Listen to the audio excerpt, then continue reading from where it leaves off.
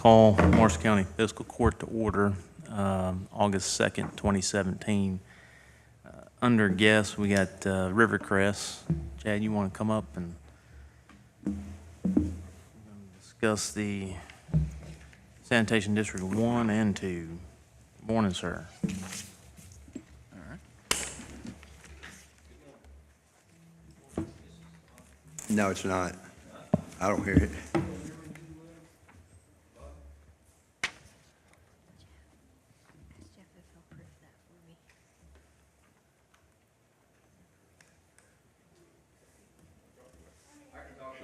Read it. You can sit down right there if you, there's a microphone right there if you'd rather. Whatever works best for you. I think she's got you. All right. You can hear me now? I think she's got you. Oh, she's got you. Got me worked out.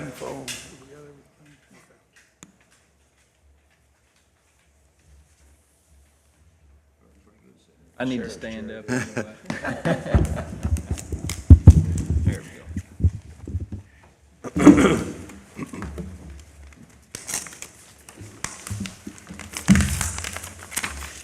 Good morning. Here to give an update on some of the work that we've been doing for the Fiscal Court and working with the judge and Brad on the Sanitation Districts number 1 and 2. This morning I'm here to provide an update, but certainly to answer any questions that any of y'all may have regarding the progress on both those fronts and any of the work that we've been doing. I'll start with Sanitation District number 1. We've been working since last year looking at the lift station improvements project and the projects associated with the Delta Regional Authority grant that was provided some time ago. That project has been completed as far as the design goes, and we've secured the permit through the Division of Water, and on this past Sunday that project was advertised for bids. So right now that project's on the street. We've got contractors, 4 of them that I've contacted personally that are looking at the project right now, and a bid opening is scheduled for the 17th of August on that project. So that wheels are turning very good on that project, and look for those improvements to be put in probably around sometime after Labor Day, looking at a construction start date. Everything goes well and the bids come in good on that project. As far as any other goings on District number 1, we have worked with Fiscal Court a little bit looking at moving forward in the future with the wastewater treatment plant improvements over there. I've worked with Brad and the judge looking at community development block grant applications. Nothing's been submitted this time, but it's something that we have looked at. It's a funding option. It provides a 1-to-1 match. Basically, you can get a loan from, or grant/loan from the community development block grant program up to $1 million and get up to $1 million match that's required for that. So that's something we haven't forgotten about. That was originally part of the Delta Regional Authority grant. That was pulled out for budgetary reasons, but it's definitely on the radar screen. We're definitely still looking at that and working on those applications. Do y'all have any questions regarding Sanitation District number 1? The funding for this, we've got the DRA funds, but we also put an application in with rural water. And we should be getting those within a couple of weeks. That way we can go over the loan terms and conditions of it. Yeah, I believe that was about 2 weeks ago. Application submitted to Kentucky Rural Water Association to help for the construction funding of that lift station project there in Aurora.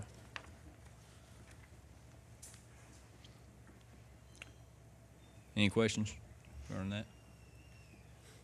All right. I'll provide an update on Sanitation District number 2. Now at this point, there have been a number of things we've been working on with Sanitation District number 2. One of them being, of course, the improvements out there at the wastewater treatment plant. Just to provide a brief update on that. Okay. You guys have probably discussed this at some previous meetings that I haven't been attending, but there's been a tremendous amount of mechanical work done over there, obviously, at the wastewater treatment plant.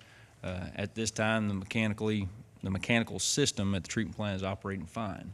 As part of that process, going through the upgrades at the treatment plant, the Fiscal Court, Sanitation District number 2, has identified a significant fat, oil, and grease problem in the district. And I know the district's been working diligently to get their ordinances updated and get everything pushed through on that end. We've even worked with some manufacturers. We've got a unit at one of the lift stations right now to help stir the system up and keep it alive. The biggest problem right now that the district number 2 is facing, whenever the influent gets to the treatment plant, it's dead, so to speak. There's not any biology in there to eat up the waste stream that's coming to the plant. So if you don't have any biology in the system to eat up the biological oxygen demand type of systems, the solids in the systems, the ammonia that's coming into the influent, then your treatment system's not going to be effective. It doesn't matter how mechanically sound that it is. And that's the main issue the district is facing right now, and the main push for that fat, oil, and grease program that's going through. We have met, I guess that was a little over 2 weeks ago. We met with a few of the restaurant owners and talked with them about the ordinance that you guys have been discussing and the need for it. It's a very informative meeting, I think, for those that showed up. Didn't have very high attendance at the meeting, but based on the samples that the operator is taking coming out of some of these restaurants there in Draftonville, it's very evident that there's an issue. Whenever the water coming through the streams is white and cloudy, that's not a good waste stream. That's full of oils that the treatment system's just not set up to handle, and basically no treatment system. And there's nothing wrong with the treatment system that's in place over there. It really just has a function to do. If your loading is way too high coming into the plant, the plant cannot treat that waste stream that's coming through. So that's the four-pronged attack, I guess, that the district and the fiscal court's helping out with right now, is trying to get that ordinance taken care of so that there are some guidelines, more or less. I mean, I think their approach is very good. Educate their business owners about what they need to do to get the grease and oils out of the system. Excuse me. And then, then enforcement can come as needed from there to control the influent coming into the plant so that it can operate. Isn't there already a set of guidelines or something? Surely there is something to do with the grease and There are guidelines. just enforce and make sure that they're following Yes, sir. the regulations. That's right. And But primarily, there are regulations. My question is, there's regulations already in place, isn't there? there are some regulations in place. The enforcement action is something that it needed some work in the ordinance, an actual formal process to follow up with follow-up inspections, follow-up testing, and sanctions if Right. they're non-compliant with their systems and what they're discharging. Yeah, I was a little concerned that out of 21 entities there, that 3 showed up for, Yes, that's, Disheartening, but not unexpected. Right. I Sometimes it takes understand a little that. more to get them to the table, and sometimes it. at least the effort's been put in place and information's there for them. So. Yes, sir. Mhm. Do y'all have any questions about that fog ordinance, fat oil and grease ordinance, or the program, or any of the issues there? I talked to Lindell, the operator, this morning about the system. He does have one tank that is alive right now and operating over there at the treatment plant site. He's got one tank drained, and just as soon as he can get his one of his main influent lift stations cleaned out and operating full capacity, he's going to turn the flow back on to the third tank. And we've actually got this unit on loan from a manufacturer to test and see if it can at least help until that ordinance goes into full effect and we get all these restaurant owners on board. This is a unit, it'll, like I said, in the hopes of it, it'll keep everything alive, or at least make it, resuscitate it a little bit more before it gets to the treatment plant. Is there any idea of what the timetable is to get ordinance in place and everybody on board? As far, your all second reading is today? Second readings today, Department of Water, did you get my email on that, Jeff? Have we got did we get approved for the 6-month? Haven't yet. We asked for a 6-month extension. If we get the 6-month extension, then January will be our deadline to be in compliance with on the influent end. Yeah. I know we've got the health department partnered up with the operator in the district to go out and hand out material to the businesses to give them information as far as what they can do with their business. Specifically, some businesses are fine.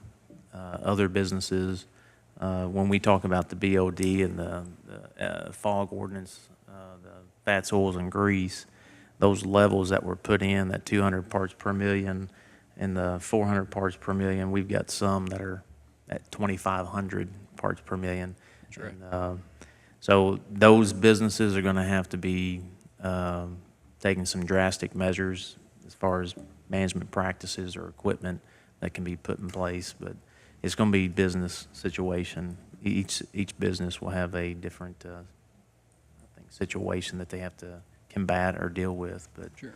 but I think once the we're doing ordinance the is right in- thing. I'm Yeah, sorry. once the ordinance is in place, that gives the operator the ability to immediately go out and start doing the testing that's outlined in the ordinance and follow-up testing.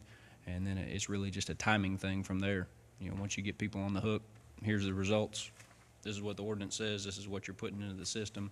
And now you can go from there, well, along with the timelines and the guidance that's in the ordinance. And I know, speaking with the health department, I mean, majority of the businesses, everybody wants to cooperate and try to get in compliance, but I think on our end, it's the educational piece to let them know where they stand with the BOD and the fats, oils, and grease. Because I don't think they really realize the effect that they've got on the plant. Yeah, the business owners that actually showed up to the meeting, they were very interested in knowing what was coming out of their system. They said, show up at 7 o'clock at night on a Friday when we're running wide open and tell us what we're doing, and then that way they've got a good benchmark to go from there. Yeah. So that feedback was very good, and hopefully the rest of the 18 that didn't show up will follow in suit, you know, with that.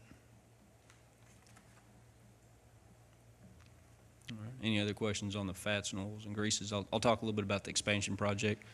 At this time, the judge mentioned the Kentucky Rural Water Association loan application that was submitted to the Rural Water Association. That was actually a twofold front. Part of that was a construction loan for the District 1 lift station improvements. The other piece of that was the engineering portion of the sewer expansion. And the sewer expansion in Draftonville goes hand in hand with some of the issues over there in Draftonville.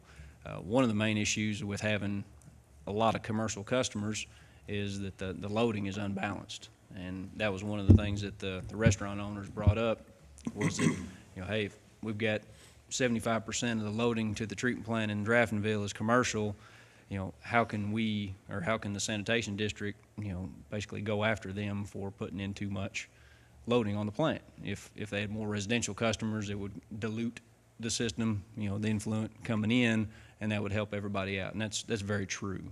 The sewer expansion project is going to help tremendously getting the high school flow onto the treatment plant system, getting the Christian fellowship flows on the treatment system. And in a perfect world, even if those restaurants don't get their loadings down enough to the permit levels, the additional wastewater flow coming in from the schools and from those residential customers will dilute that flow, and what you see coming to the plant will be much more manageable from a treatment standpoint than what we're getting. So that's part of the two-phase approach. In addition to getting more customers to the district, more revenue, they can self-support themselves, they can go forward and do improvements to their system as needed, but those additional customers are going to help the plant out significantly from a flow standpoint. So that's the design portion that's in, there's a map that Brad brought up there. We looked at 6 phases total for the project. The initial phase that we've talked with KIA about and that the district moved forward and submitted an application to KIA for is phases 1 through 3, which is a little bit hard to see, but phases 1 through 3 covers the what's in orange on that map, which is the high school portion, and going up, coming down 641, and then the blue lines that you see coming from the high school going up to the northwest towards the treatment plant. Those phases 1 through 3 are what are included in the initial project. The section going down Highway 68 through there, those are slated for phases 4 and 5, which will come in the future, basically once we get this thing rolling along a little bit smoother. What's the high school's participation in that? There's been conversation just hearing through the grapevine that I know that we talked about financially, what skin do they have in the game, or what have they pledged thus far? I know they're meeting. The engineers did a projected cost as far as for them to get out of their treatment plant that they have. I think it was 1.2 million was That's correct. the projected cost. That's right. But I know that the Jeff Stokes has just been appointed as he took over Danny's position. And I know that they were supposed to be, I know you've talked to them, they're supposed to meet with Trent and the school's attorney. That's right. I to spoke go with over. Marty last week, Marty Johnson, and I actually got one of these maps to him, and he said that he was setting up a meeting with Trent and with Jeff to discuss the project, and I had spoken with him a little bit about the financial end of it and, the benefits to the students over there at Marshall County. And I don't think that's the issue. I think it's a win-win for everybody. I think certainly. Marty sees it, and I think Jeff saw it whenever he went to the meeting with the restaurant owners, that, hey, the school doesn't want to be in the wastewater treatment business, and this is a good way for them to get out and not have to rebuild or replace a treatment plant that's 40-plus years old out there. I know on their that we property. talked a year ago, a year and a half ago in this setting that they were in for like $500,000, but I didn't know that that's far piece from the 1.2, and so I didn't know that's the last I'd heard about the. Yeah. It's still 1.2, and we Yeah, it's haven't, been we haven't come off of 1.2. that number. Well, I mean, Yeah, a year ago, they said that we'll put some skin in the game and had kind of pledged, my understanding that we discussed in this forum, that they were obligated, not obligated, but they agreed upon that they would pledge up to $500,000, so I didn't, but, okay. From our standpoint, when we engage that in those discussions again, we can talk to them, and I think it'd be pretty clear when you look at a 20-year present cost, what the present worth is of what it would cost them to replace their treatment facility and maintain it for the next 20 years or for perpetuity. That's going to far outweigh the $1.2 million that we're talking about. So I think once they get them all together, they'll be able to see that clear picture, and it'll be pretty evident that, hey, if we can get out of this and the district will maintain the sewer lines across the property, then it'll be a win-win for everybody. Well, there's no doubt win-win. Yeah. As far as the expansion goes, at this point, we've put a timeline together, the timeline that the judge talked about, given to the Department of Water. That includes, looking at this project in more detail, and if everything lines up well, working through the design, starting late this summer and fall and winter, and being ready to start construction on that, basically late spring, just so whenever school gets out, being able to get in there on a school property and start doing a lot of construction in May on the school property and elsewhere in the springtime. I think it's important to show too that the lift station in District 1, that project actually started, I want to say, back in 2011, 2012. And DRA, we've communicated through the pad to DRA. We're now ready to move forward on the construction part to get that project completed. I think it's important to know that we've got two different things, the expansion project going. This what you've got here, that's from Rivercrest, stated in March of this year. The engineering service proposal for Phase 1 for the District 2. We already took action on District 1, but I think we need to take action on this one to approve this one because if you look at the outlined A through G, the preliminary evaluation, or it's probably easier to see it back on the last page under Section 9, the proposed fee. This is broken down, and correct me if I'm wrong, Chad, the construction engineering closeout and the construction observation, that will fall under the KIA loan. Yes. But the other, the pre-planning, what he's talking about is to go ahead and get the pre-planning done. Those costs have been submitted along with the sanitation number 1 through rural water. That's correct.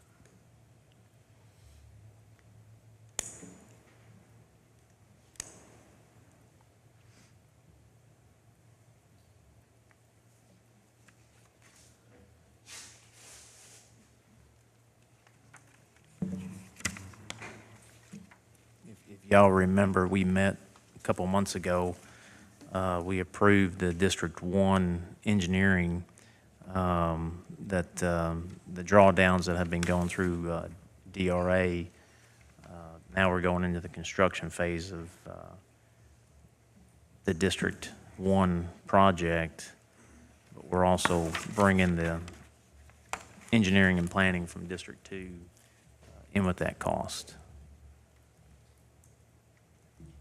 It does have, District 1 does have a, I guess you can say I wouldn't say a sense of urgency, but this project's been on the board since 2011, 2012. I can't remember the exact date, but and we've already had bids. If y'all remember, I think it was early 2016. We had bids for the project. We started all over with obviously new engineers, new board members, new people in place, and we went through it in detail to get where we are today. But if anything, we need to move on that construction piece, because the one thing that I talked with Kent Morgan at DRA last year was to make sure that those monies were still going to be there for us. And you're looking at close to 5 years that those federal dollars have been tied up. They want to see some skin in the game from the county. So.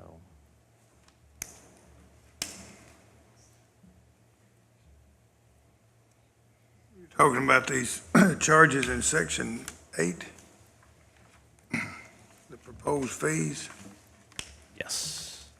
What part of that, you said part of it was going to go on KIA? It looks like the construction engineering and the construction observation.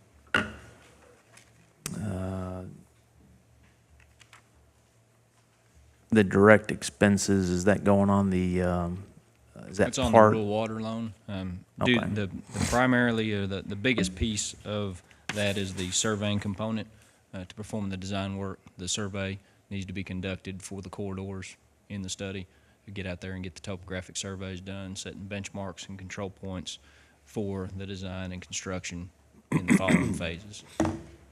And also a geotechnical investigation for the proposed lift station, getting a subsurface investigation to make sure that whatever concrete structure is put out there is not going to settle once it's constructed in that area.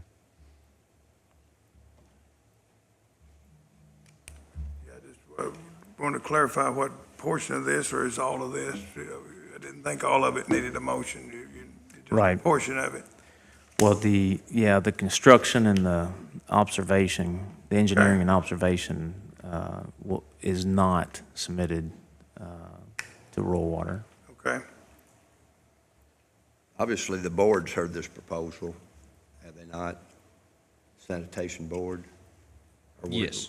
Yes. They have heard this proposal and so forth, and so we're kind of co-signing for them. Obviously, they don't have the funds to do so, so. Right. If you remember back with District 1, there was a 275 with the 300,000 DRA Right. grant dollars. There was I believe a 275 or $250,000 loan that the court went into. No, The there's, tape, it was but- actually 300,000, which 224 is left or something. No, that's the grant money. The Delta Regional. The loan that the court was going to take. Right, oh, yeah, okay, Yeah. yes, that is correct. Because I think the total project was $550,000, and that included the plant. Yeah, that's right. But the lift stations alone were about $600,000. I just want y'all to understand that we're breaking this down with rural water. We're going to be doing the construction for District 1, but we're also going to be requesting the engineering for District 2, the expansion.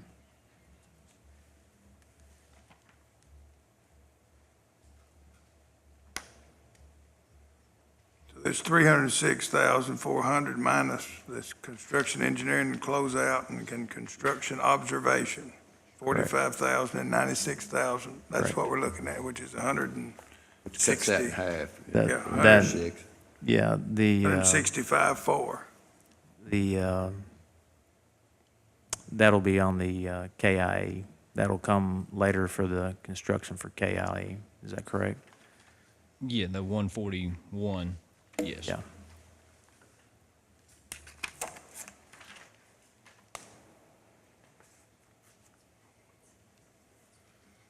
I'd move that we go ahead with this work. We've started down this road, we're gonna have to get it done. And approve the 165-4 to engineer, like easement development, final design and survey and preliminary design, which part of that's already done, correct? Right, for District 1. This, what you're looking at, Bob, is for District 2. District 1 for that project has been, It's we already been- approved Yeah, that. we've already Yeah. approved that. Yeah. Right. Yeah. And 2, once we get the terms and conditions from rural water, that figure may change. I don't know what the terms and conditions will be, but we'll definitely be discussing that.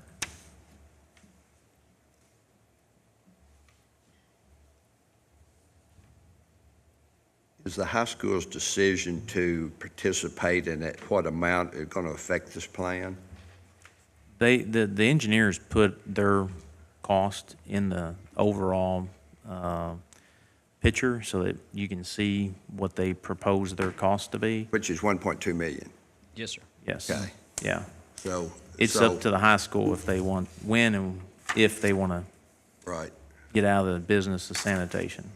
So obviously, my understanding, the problem is helped immensely if they do, because we need those bugs, Yes, sir. correct? That's correct. That's not going to, unless they come aboard, that is not going to solve that grease problem and 75% of that's coming in, and obviously the businesses have a point there that you need those good bugs, and I would think that's a very important part of the project, depending on what the high school decides to do. It does. It 'Cause does. you're not- It you're does not help gonna- considerably. Yes, sir. Now, not to say that, adding the addition, in the total project, it looks like we're adding the equivalent of about 100 customers to that district. So if the school comes out, obviously that decreases that Right. equivalent Right. number of customers. Right. But it still adds several that are on the septic systems right now. And the Friends of Chestnut Creek Right. have, raised their hand to assist with that Right. front, to get some of these Aware of people that. swapped That's- from the septic over to the Right. sanitary sewer system. Help them financially, encourage them, so I'm Yes. aware of that, yeah. But yeah, the school, it'd be to everybody's benefit on the board, to encourage them to get I on just didn't know board what with it kind also. of effect it would have on this if they say, hey, we're not ready to pull the trigger, that's a lot of money, we can't do that at this time. What does that do to the project? The project can still move forward from the design standpoint, and there would be an easement component for the lift station. The lift station that's located on the school property, the way that the project is put together right now, the school would pay for the lift station. And the compromise there is that the sanitation district's portion is actually to get the force main, the pressurized line from the lift station all the way up to the treatment plant. So there's kind of a trade-off there. Right. That let them pay for that lift station component where the district handles the force main. If the school wanted to get off of their treatment plant today, they would be forced with constructing the gravity sewer on their property, constructing the lift station and a force main Which to the is treatment $1.2 plant. million. Well, no, the force main's not The involved. force main's not included in that 1.2 million. They would have You'd to add- fund the force main. Yeah, you'd add another, and don't quote me on this, but you'd add another $500,000 roughly to their project if Well, they had to that's build a where the force half main. million came from a year and a half ago that we discussed here. So you're talking about if their skin in the game, if they fully participated, would be $1.2 million plus $500,000? No, that's the compromise, because the lift station, if the compromise is, if the school just built a lift station to serve their property, it would be a smaller structure, Yes. and that's kind of the compromising point, We're Okay. asking them to pay for a much larger structure and a larger Okay. lift station to serve Okay. the entire area, and that's the trade-off. Okay. That's kind of the give and take Got you, there. got you, okay. I thought that was the cleanest way to draw the line. That way, the district could move forward with that construction of those lines in the force main and keep the school's funds tied on their property, because I know they had some stipulations, they can't pay for anything off of school property. Right. And with the force main going off the property, that made it kind of cumbersome, so we drew the line at the lift Any station. indication of when they're gonna get back to you? I got an email from Marty Johnson yesterday, and he said he was setting a meeting up with Trent and Jeff So very shortly, this week, it sounded like. we'll know so. their decision, so. I would think Good. so, or at least Good. I've raised my hand and offered to attend a meeting with them, so if they've Good. got any more questions, I'll be happy to talk with them and relay anything I find to y'all. Good And- deal. And School properties is a good place for the lift station from an elevation standpoint, I think. Yes, we've looked Actually, at probably the best place for it. Yes, sir. We've looked at the contours and the drainage basin, and right down there by the creek, right before you get off their property, that's the most centrally located, lowest point in the area, and it allows the district even to expand further to the south on 641 towards where the new bus garage is going to be. Ultimately, it opens that area for more expansion, and we haven't even included that in our estimates for adding 100 customers. There's another 50-plus customers probably if you extend that to the south to pick up the trailer park and some of those other developments out there. yeah, I think it's important to understand too that the district is, we were talking about being underserved. The expansion, you know, has to happen. The education piece with the businesses in that district has to happen. The school, obviously, they're going to make their decision if they want to participate. If the worst-case scenario is that they don't, for whatever reason, we still have to look at the district and make sure that we get in compliance, because again, if we get the 6-month extension, if we're not in compliance within that 6 months, then we'll be back to Department of Water, and I don't know what, I would say it's going to cost us even more money to get in compliance, so hopefully, everything that we've laid out, I know the school, just in talking with them, they want to get out of that business. So, like you said, this is a win-win for everybody that's involved. But was there Bob, did you have a motion? I made a motion, if that's the correct amount there, 165.4, yeah, for us to front that, to proceed with this engineering work. Second. All those in favor say aye. Aye. Any opposed? Motion carries. That was District 2. You take that total with District 1, even with the 300,000, it's 224, I think, thousand left. And you add that, I think, what was submitted with rural water was a $600,000 for District 1, so. That was a preliminary application that we sent, so, Yes. to get all the terms and conditions and interests, so that'll be presented once it comes. Once it comes back. Any other questions while you got Chad here? All right. Chad, I appreciate it. Thank you all very much. Thank you. Hey, Chad, would you mind hanging around for a few minutes? Sure. Division of Water's supposed to call me right back. All right, Okay, great. no problem. Next on the guest will be Scott Brown, ABC Administrator.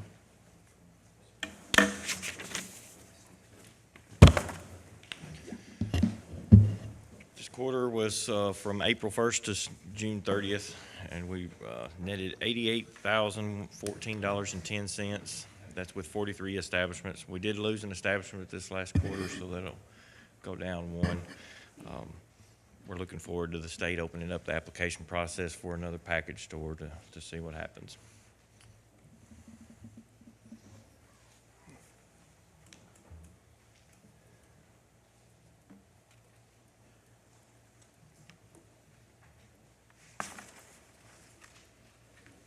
Los Amigos of Benton, they applied for a license.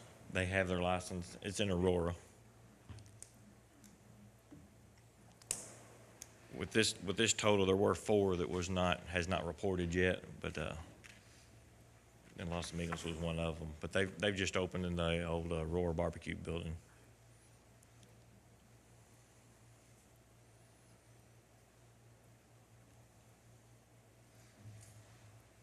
Do you want me to go over how things are going to change for the next quarters? And Yeah, with the, Starting June 29th, we now have to give back a portion of their licensing fees on a quarterly credit.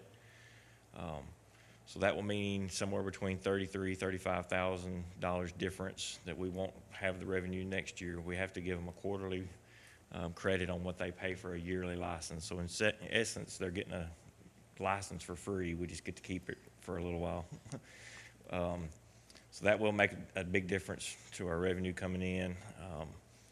And then we've also changed a few of the laws. Package stores can now deliver to home delivery. Say that again? Package stores can now deliver to your home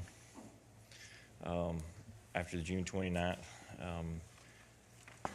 Most everything else is minor. They don't have to put the stickers on their doors anymore. just to reiterate, that's a state change, That's not a state county change, change. not a county change, yeah. The state came in and changed, that was part of the 147 pages that Jason and Jeff brought up to you last time. They're making it a lot easier and lenient on the licensees.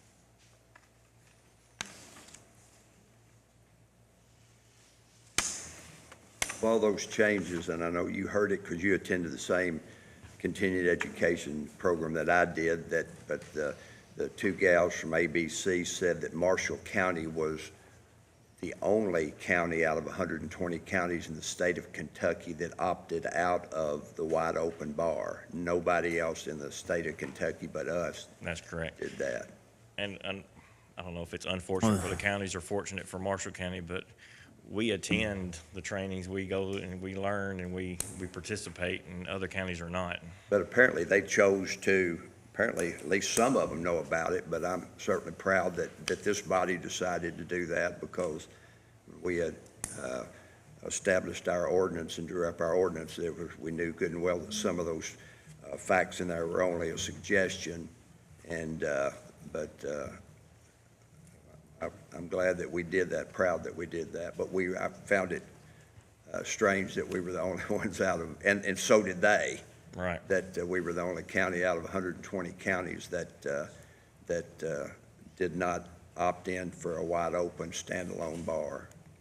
To my understanding, we're the only one that opted out completely, including cities. We are the only, that's what it said. Yeah. So,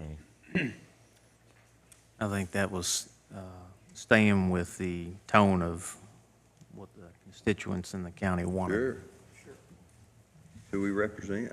Has anybody got any other questions? Appreciate it, Scott. thank you. Next on the guest is Julie Conner from the Health Department. I'm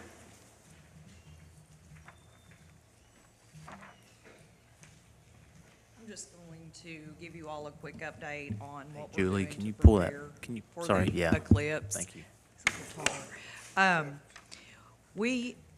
We have been meeting with Department of Ag to get a coordinated effort to get all of our resorts, campgrounds, et cetera, sprayed for mosquitoes. Part of it's Zika, part of it's just vector-borne illness control and prevention. But anyway, we've coordinated with them, and they're gonna be coming in end of this week, next week, and spraying all of those areas. And we've also provided them a list of what the designated viewing areas are, so they'll go ahead and get those sprayed too. And then through a grant, the health department was able to purchase a backpack sprayer, which you're limited, you can't cover a lot of area with the spraying. But we're gonna come around the next week before the eclipse, and go ahead and try to cover the designated viewing areas for the eclipse. So we were working on a quality improvement project at the health department anyway, and it just fell right in line with the grant that we received. And then the partnership with Department of Ag has gone really well this summer. It's been a lot more coordinated than it ever has been. So I just wanted to give you all an update on that and let you know they're gonna be running all over the county spraying this next couple of weeks. Good. Okay. Thank you. Thanks. We're still doing community members, citizens spraying. Call the health department and we'll put you on the list.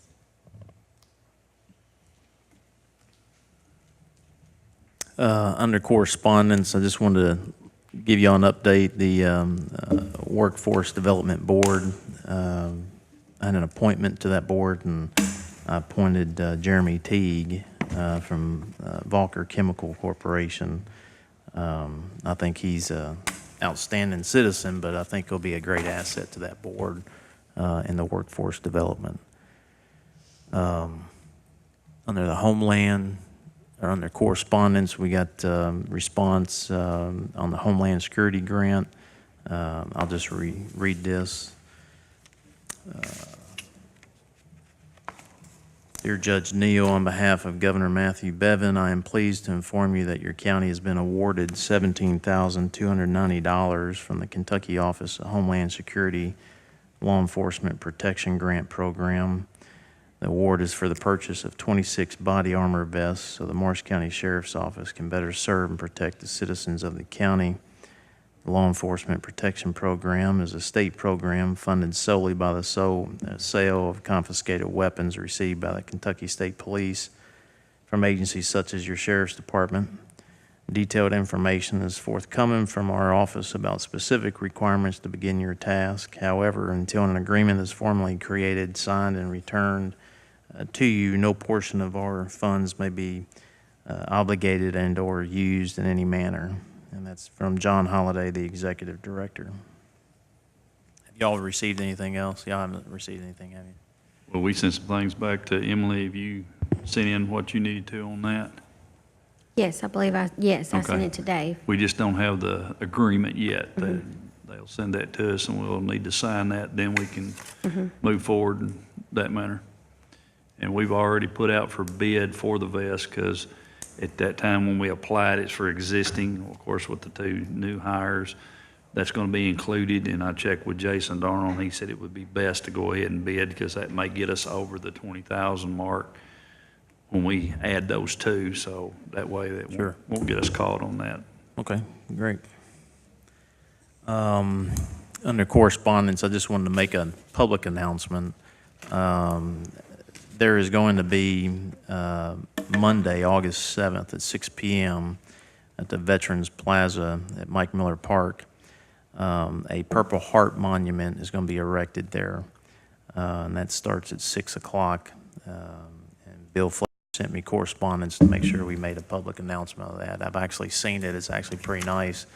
They've done a lot of work in putting that together, so that's going to be August 7th, this next Monday at 6 p.m.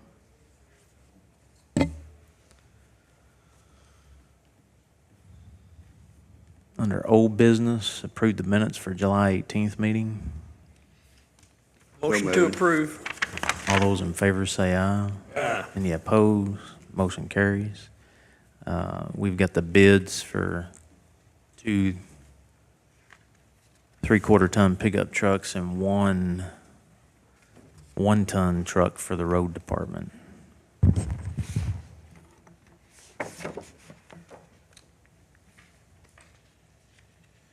An ad was placed in the Marshall County Tribune Courier Tuesday, July 25th, 2017. Bid notice: the Marshall County Fiscal Court will be accepting sealed bids for a 3 to 5 year leasing option and a purchase option for a 1-ton 4-wheel drive truck with dump bed, and 2 3/4-ton trucks. Sealed bids shall be delivered to the County Judge's Executive's Office at 1101 Main Street, Benton, Kentucky 42025 by 4 o'clock p.m. on July 31st, 2017. Please write "sealed bid" on the outside of the envelope.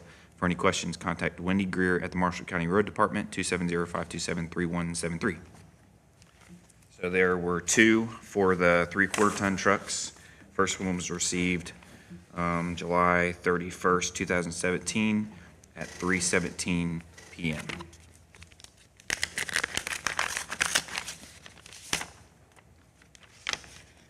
This is from David Taylor Chrysler Dodge Jeep Ram in Murray, Kentucky.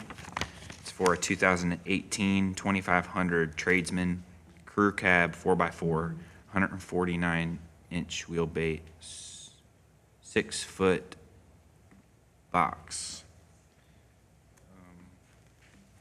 Total list price is $40,980. He lists a 36-month lease 36 payments at $543.33. And the state contract price, purchase price, is $27,923.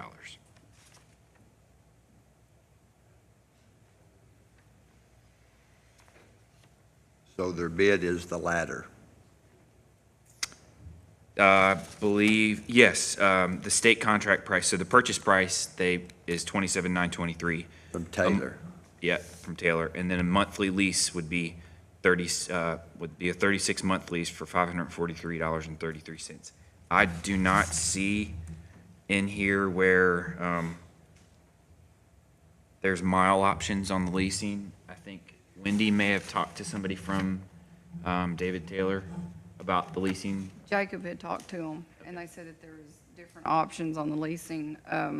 They even had one that was unlimited mileage.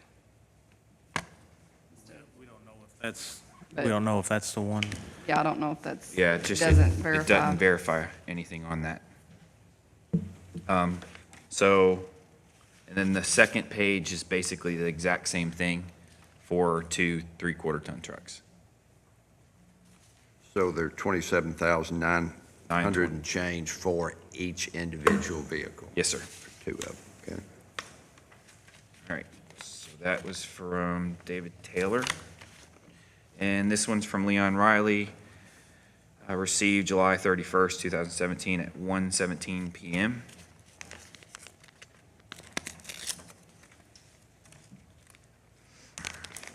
Say there was only 2 bids? Yes, sir. 2 bids.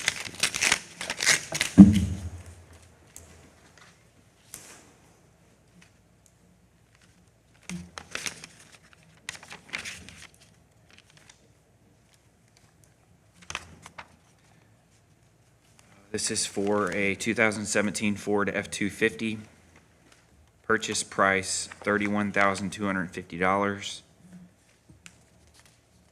Leasing would be, well, it doesn't say lease, it says total amount financed.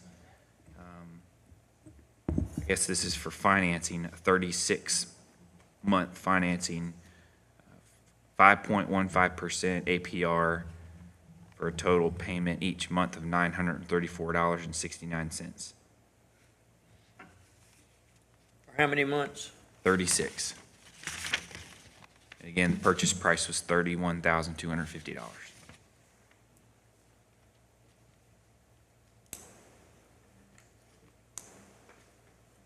Obviously, on the leasing, the 2 different bids are hard to compare apples to apples, because one, we have no idea what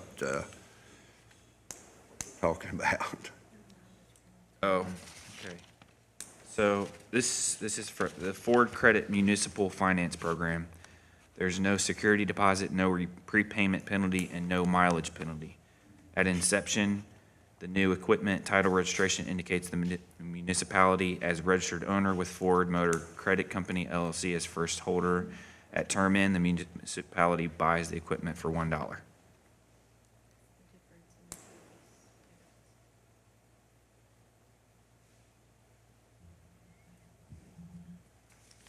Note on this page that says, lease option, please see enclosed. I had them figure on 36 months. We can make it longer if we want. So those are the 2 3/4-ton. I'm going to give them to Wendy and let her look at them, and if you want to hold off for a minute, let her look at it and see if they are, at least the equipment is comparable.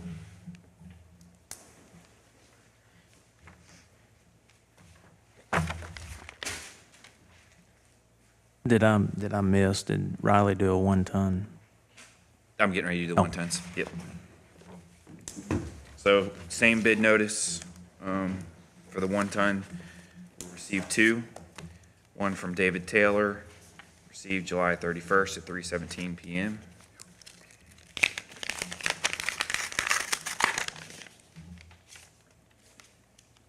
This is for a 2018 3500 regular chassis cab 4x4. State, well, total price is $48,280. State contract price is $34,807 plus $8,500 for the dump bed, which brings a total purchase price of $43,307. Say again? $43,307. And then the lease option is a 36-month lease of $890.05.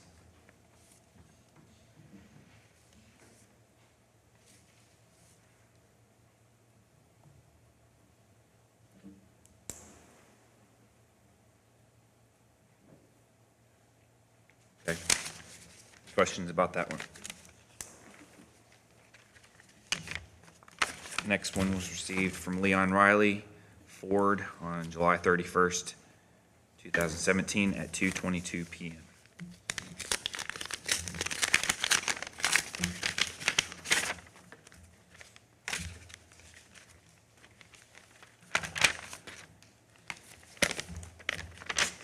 This is for a 2017 Ford F-350.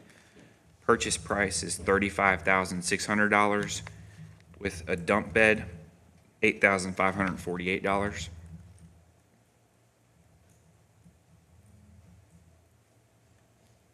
And financing option is financing $44,148 total, 36-month payments, 5.15% APR, with a payment amount each month of $1,320.47. What was the total on that? $44,148. And again, the same Ford Credit Municipal Finance Program that I read before. And same as the other one. One business is bidding a 2018 vehicles, and the other is bidding 3 2017 vehicles. Did I hear that right? Correct. The Fords were 2017s, and We didn't specify. I just said current year model.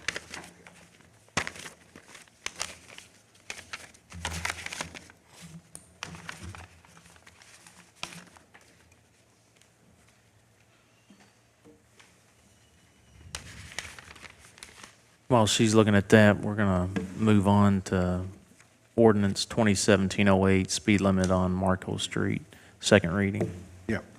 Ordinance number 2017-08, be it ordained by the Fiscal Court of Marshall County, Commonwealth of Kentucky, in accordance with the provisions set forth in KRS 189.390, sub 5, sub A, and based upon the request of affected citizens and after review by the Marshall County Road Superintendent, the Marshall County Fiscal Court does hereby set the speed limit at 25 miles per hour for Marco Street, located in Marshall County, Kentucky.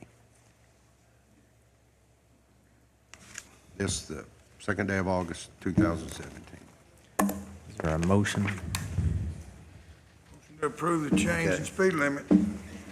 Second. All those in favor say aye. Aye. Any opposed? Motion carries. Ordinance, go ahead. This will be ordinance number 2017-09, be it ordained by the Fiscal Court of Marshall County, Commonwealth of Kentucky, in accordance with the provisions set forth in KRS 189.390, sub 5, sub A, and based upon the request of affected citizens and after review by the Marshall County Road Superintendent, the Marshall County Fiscal Court does hereby set the speed limit at 25 miles per hour for Post Oak Lane and Tillett Hill Lane, located in Marshall County, Kentucky. This the second day of August, 2017. Is there a motion? Motion to change. Second. All those in favor say aye. Aye. Any opposed? Motion carries.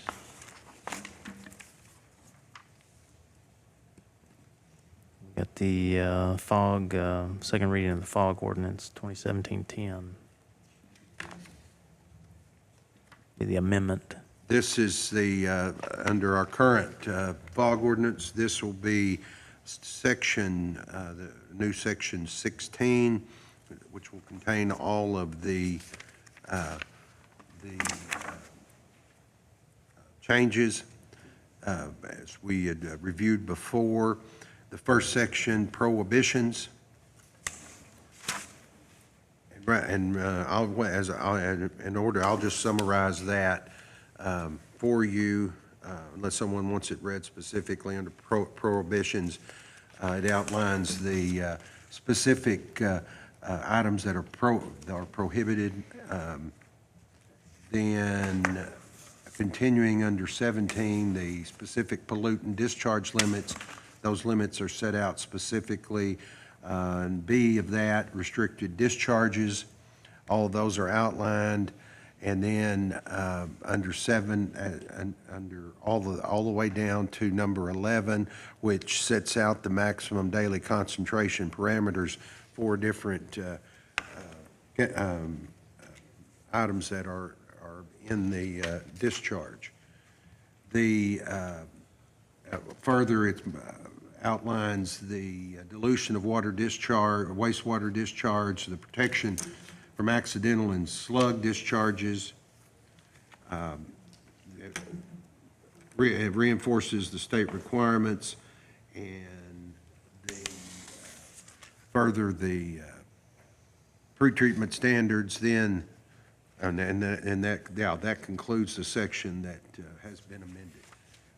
What that does is go in more specific. We had our current provision had the prohibitions outlined, but this updates and goes into the how they're handling those specifically with limits and which will I think make it easier on the district for enforcement to get where we're wanting to go. I'll add one thing. I met with the operator. One of the issues that we have in the district is we were talking about single point of inspection from each individual establishment. There may be 3 establishments that go into one single inspection point. So there's no way that we could identify this establishment's numbers compared to these 2, because it's all emptying into one. If you see on 17, inspection and monitoring E, we added, if there's no single point of inspection on the premises of the food establishment, the establishment shall be required to install a single inspection point to draw a sample of the effluent from the establishment at the expense of the establishment. So that will allow the operator to take individual samples from each establishment, and they know exactly what they have. And in that meeting that Chad was mentioning before, we had talked about that because there was a owner in there that knew that he was tied into several others and was and really wanted to know what he was producing, what he was sending to the plant. So that allows for that to happen.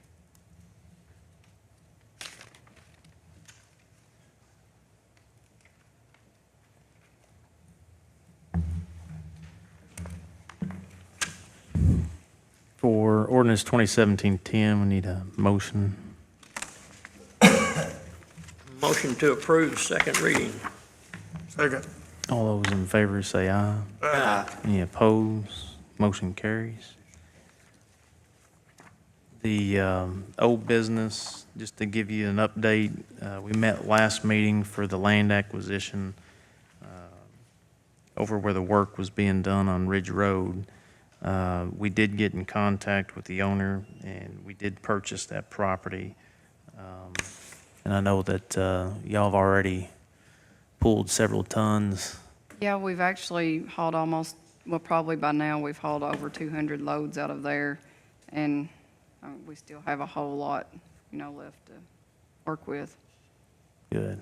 So it's worked out really good for us. It's most likely already paid for itself right now. Good. The last time we met, we had discussed for me to sign that Friday, and they did a great job. You guys did a great job getting that done. So we signed it, and we own it. And what's the ETA on that road being open? It's probably going to be at least 2 to 3 more weeks. 2 or 3 more weeks? Okay. So that might have put us back a week, but it Right. saved some money. Also, it depends on the paving crew when they can come in and put a base coat down on it, because I don't want to leave it just dense grade. Sure. Because they drive pretty fast on Brownsburg-Taylorsville Road, so. But there's been very little moaning and groaning. The people that live out in that area are very, very satisfied that this project's being done for a safety issue. They're very excited.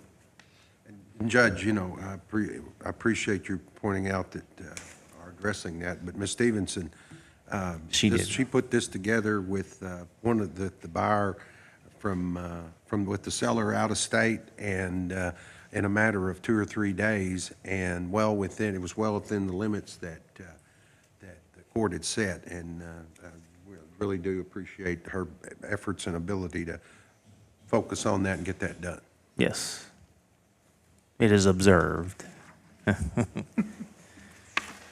But that was just the update on that.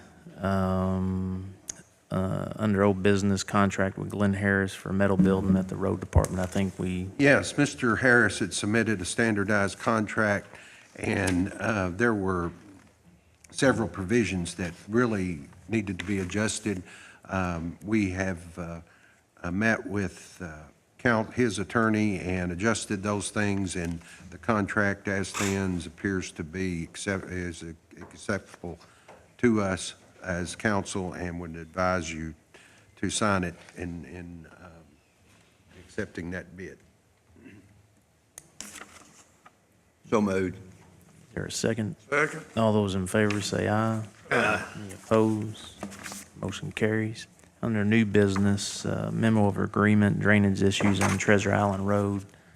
Do you want to update us on that, Wendy? Yes, we've got a cross drain that comes under the road, and it's underneath a hill, and so it's draining. It's getting a lot of water to that one cross culvert.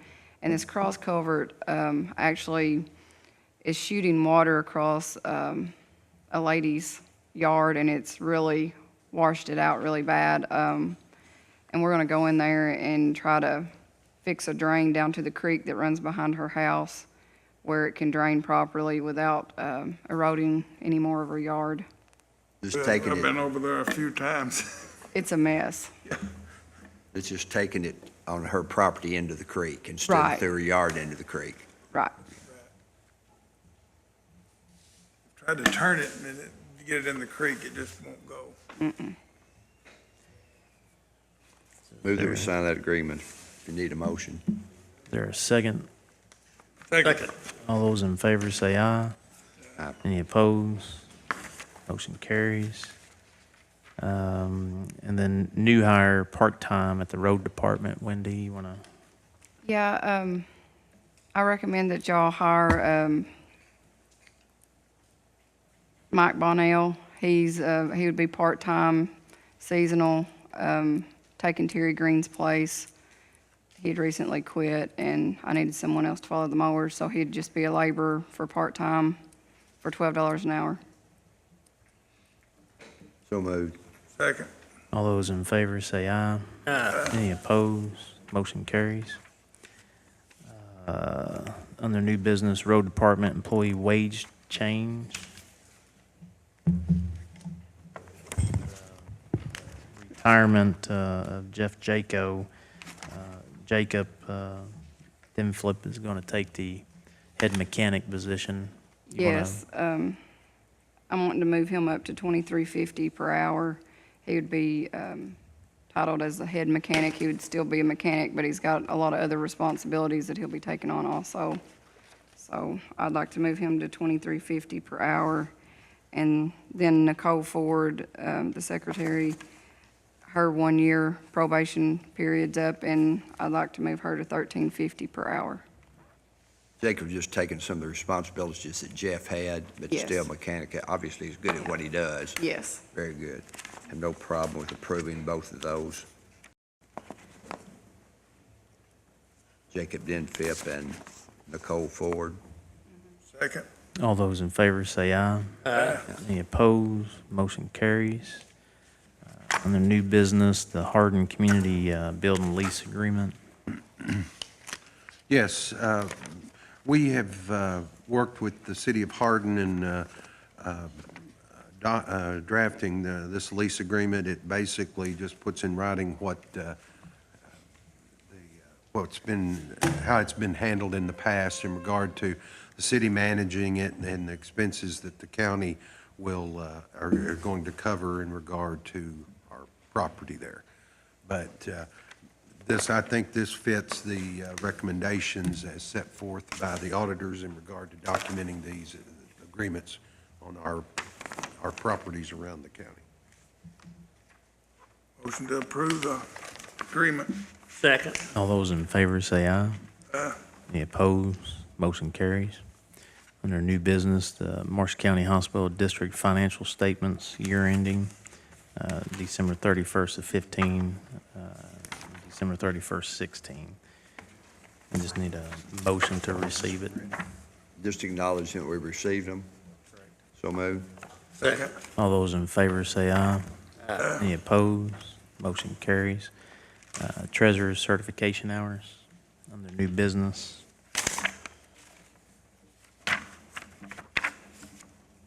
You all have a Wanna copy of mine. Expand on that. Yeah, you all have a copy of my hours. It's similar to your hours that you all do at the training incentive package through the state. This one's mine. It's oversaw by the Fiscal Court. That's the difference in the two of them. But I have got my hours in, and I've submitted those for training incentive. Motion to approve the training hours. Second. All those in favor say aye. Any opposed? Motion carries. Appropriations transfer. Just to expand on that, that payment that's associated with it is the same as yours, and it is budgeted. Our department, our transfers.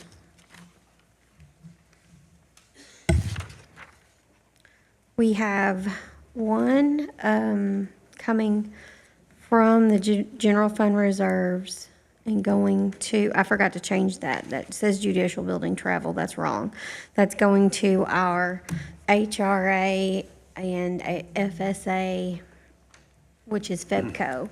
It is their admin fee. And it's for, I think, January of 15 through July of 16. I'd have to look at the details on the bills. But there were several years there was at least a year they didn't bill us for that admin fee. I didn't bring it up to them. They finally discovered it, so it is due to them, but, so we obviously didn't budget for that old liability. So that's what that transfer is for. We're also asking to transfer $10,000 from the Sanitation District expansion project to their loan expense line. That's a departmental transfer. And then the housekeeping to clean up this land acquisition, moving that purchase price out of road materials and into a land acquisition line. Motion to approve the budget appropriation transfers. Second. All those in favor say aye. Any opposed? Motion carries. Approve payment of the bills. Motion to pay the bills, Judge. Second. All those in favor say aye. Any opposed? Motion carries. Before we get into this next section, Judge, I do have another lease agreement in our effort to document use of our properties. This is for the Benton AA Group, which is an area yes. located in the Benton Senior Citizens Building, and we have a formal agreement. They, according to their bylaws or their regulations, they have to pay at least $20 per month for such a facility, and that is built in along with the other standard lease agreement provisions that are in our leases, and I would submit this for the court's approval. Let me ask you a question, Jeff, on that. They meet in the Senior Citizens Building? There's a section. Yes, I know where that is, and I know that for a fact that they haven't met in multiple years, 3 years, 4 years, they haven't met there. My question is, what do we have in the race? The senior citizens own that building, don't they? No, we actually own it. We own the building in Benton? Okay. Okay. And it's a separate section. Actually, they still have the keys to the And I think section. they came to us wanting to lease. Yeah, I didn't even know they had ever met. yeah. So, well, they haven't had a meeting in there, and if you've been back there recently, you can certainly tell they've had root problems, and our special projects have come Is out that there. the section where UAW used to house If you're. years ago? You're talking about the Senior Citizen Center. If you're standing out in front of the building, it's far right in. Yeah, There's an that's where I'm entrance talking down there. There's a couple of office spaces and an outdoor entrance. You can either enter from the Senior Citizens part of the building or outside there. Right, okay, Front and that's what I side, thought. but they haven't been, there hadn't been anybody in there. Matter of fact, they were considering some other uses for that since that they had been absent for 3 or 4 years. That's why I just wondered. Oh, well, I Did they It was just brought contact to my you attention that about they- that release agreement? No, they contacted me. Oh, they Their contact- numbers have grown and they want to be back in that Oh, they're going section. to start back in business then, okay.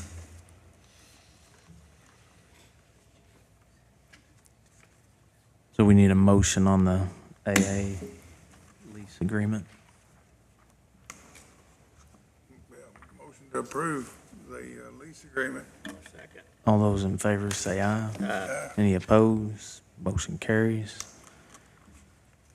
Rick, you want to talk on the next item? Yes, Mayor Lynn Jones and Calvert City and Greg Northcutt, the city attorney Roger Coburn with the Water and Sewer, and Administrator John Ward came to this body about 3 months ago with a proposal for wellhead protection to enable them to protect their $8 million investment and also provide clean drinking, safe drinking water for the citizens of Calvert City. The wellheads actually lay outside the city limits, and this body gave them authority, and they also promised when they left here that they would keep the property owners. There was some concern from those property owners, but recently, actually 3 weeks ago, they sent out a memorandum to the property owners within the Calvert City Wellhead Protection Zone, which is a 9 or 10-page document, and to keep them informed and educated on the matter. And they've also had a meeting since with some of those zoning meeting that included some of the questions that they've had, so they continue to educate and make those people feel a little more secure about what's going on there. And as a result of this, it gives the city of Calvert City and the water and sewer people in Calvert City a little more teeth in dealing with the EPA. EPA's been on them about the fact that they had a business that had rented some property from an adjacent property owner, 2.5 acres for $50 a month, and parking, it's becoming a salvage yard. Well, Mr. Thompson has agreed that was moving the cars there, has graciously removed them, so that's solved that problem, and he's been very cooperative in doing that. But just an update, and they will continue to update this body on the education process and to keeping those people, their fears at a lower level, hopefully. Is there a motion to adjourn? So moved. What about our dump truck bids? Oh, yeah, good call, Johnny. Yeah, they both meet the specs, both people that bid, but Leon Riley was bidding a 17 model, and David Taylor was bidding the 18 model, and I know that we budgeted in for the lease payments instead of the full amount up front. So David Taylor was cheaper on both of those lease agreements, and they're 18 models. But I've never Was it- heard of this Three-quarter- lease agreement, but was it it's the something we same were lease doing. agreement? I mean, Leon Riley's lease agreement was basically just financing the truck. Theirs wasn't really What they're good. doing, it appears to me, in hearing the one on Leon Riley and reading over this Chrysler track lease program, is that it's just an alternate financing plan. You can adjust the time and there's not any, the mileage issues, you can, what it is, you set it out there far enough and then at the end you buy it for $1. Or it's what it appears, it's just, I think it's a creative way, another way of financing and it's called a lease because of the final terms. But is that the same as both? Yeah, Both of I them are think the so. same? Okay. They're negotiable as to the length and all that.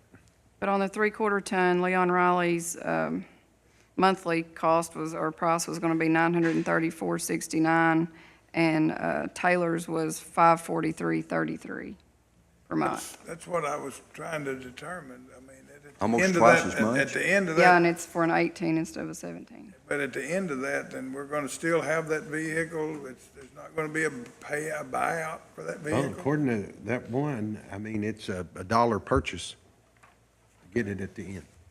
It says lease and options or buy, trade, or return to Chrysler.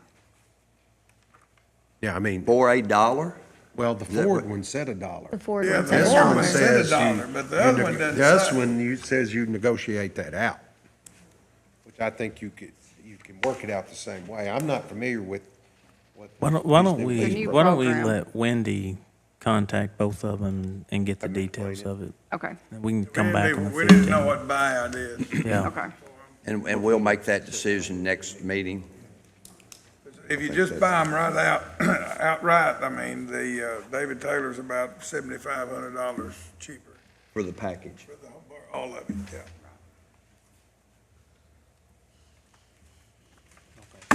You contact them and get back with us Okay. by the 15th. Is there a motion to adjourn? Second. All those in favor say aye. Any opposed? Motion carries.